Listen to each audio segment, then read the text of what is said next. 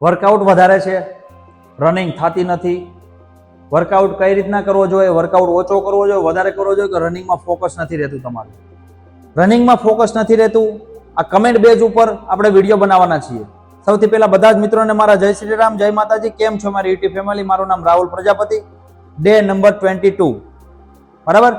આજે આપણે સમજવાના છીએ કે રનિંગ જે લોકો કરે છે એ લોકોને વર્કઆઉટ થોડોક વધારે લાગે છે.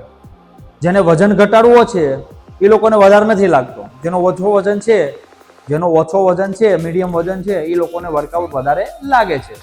તો આપણે શું કરવાનું છે હવે? અહીંયા તમે રનિંગ કરો છો 5 કિલોમીટર 25 મિનિટની અંદર પૂરું કરવાનું છે, કે આપણે 25 મિનિટ રિવર્સ દોડવાનું છે. 1600 મીટર 9 મિનિટની અંદર દોડવાનું છે. બરાબર, સમજાઈ ગયું? આ તો દોડવાનું છે કમ્પલસરી, ડેઈલી દોડવાનું છે. હવે જે આપણા પાછળના 10 દિવસ બાકી છે ને એમાં રેડ દોડવાનું.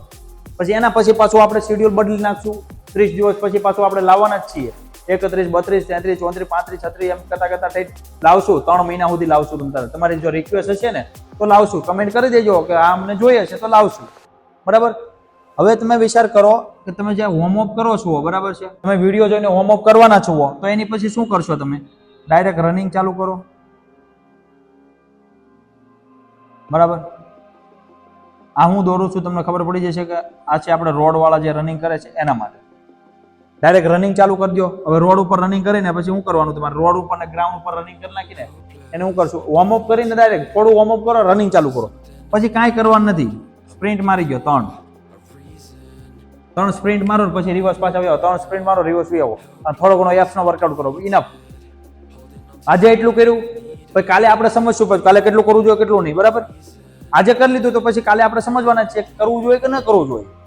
વર્કઆઉટ તમને થોડોક ઈઝી પાડવા માટે, રનિંગ વધારવા માટે હું પણ સમજુ છું કે રોજ તમે શેડ્યુલ ફોલો કરો એટલે એક દિવસ બોડી થાકવાની જ છે. બરાબર.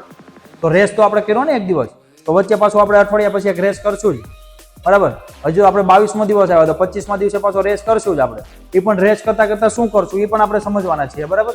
તમારી પ્રોગ્રેસ તમે લખતા જજો. ડે 1 થી ડે 30 ડે સુધી તમારી પ્રોગ્રેસ લખવાની છે. વિડીયો જોતા જોતા અને તમારું એક બુક બનાવવાનું લખવાનું છે. હવે જેને વર્કઆઉટ વધારે લાગે એને શું કરવાનું? કાર્ડિયો કરવાનો નથી. બરાબર. એપ્સ વર્કઆઉટ થોડો ઘણો કરવાનો છે. રનિંગ કરવાની છે. વોર્મઅપમાં અડધું વોર્મઅપ કરી નાખો, કરવાની જરૂર નથી. અને જે હાલીને જાય છે રનિંગ કરવા એ લોકોને વોર્મઅપ કરવાની જરૂર નથી. ત્યાં જઈને થોડું ઘણું વોર્મઅપ કરશે ને તો પણ એનું થઈ જશે. બરાબર. એટલી જ વસ્તુ તમને સમજાવવાની હતી કે કમેન્ટ પેજ ઉપર આવ્યું હતું, કમેન્ટ ને વોટ્સઅપ ને બધું આવેલું છે કે સર વર્કઆઉટ વધી જાય છે, રનિંગ ઓછું થાય છે. તો આપણે પેલા રનિંગ ઉપર ફોકસ કરવાનું છે, વર્કઆઉટ પછી કરવાનું છે. એપ્સનો વર્કઆઉટ, કાર્ડિયો કરો છો, એબીસી ટ્રેનિંગ કરો છો, એ તમારે પછી કરવાની છે. બરાબર. પેલા કરવાની જરૂર નથી.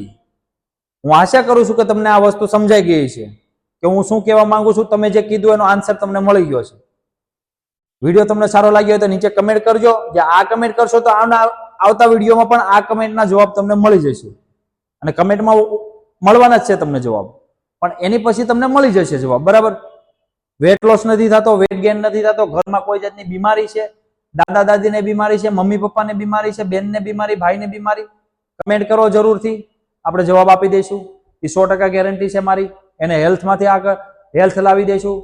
વિડીયો સારો લાગ્યો હોય તો લાઈક, સબસ્ક્રાઇબ ને બેલ આઇકન પ્રેસ જરૂર કરી દેજો. હવે મળશું પછીના વિડીયોમાં. ત્યાં સુધી બધા જ મિત્રોને મારા જય શ્રી રામ.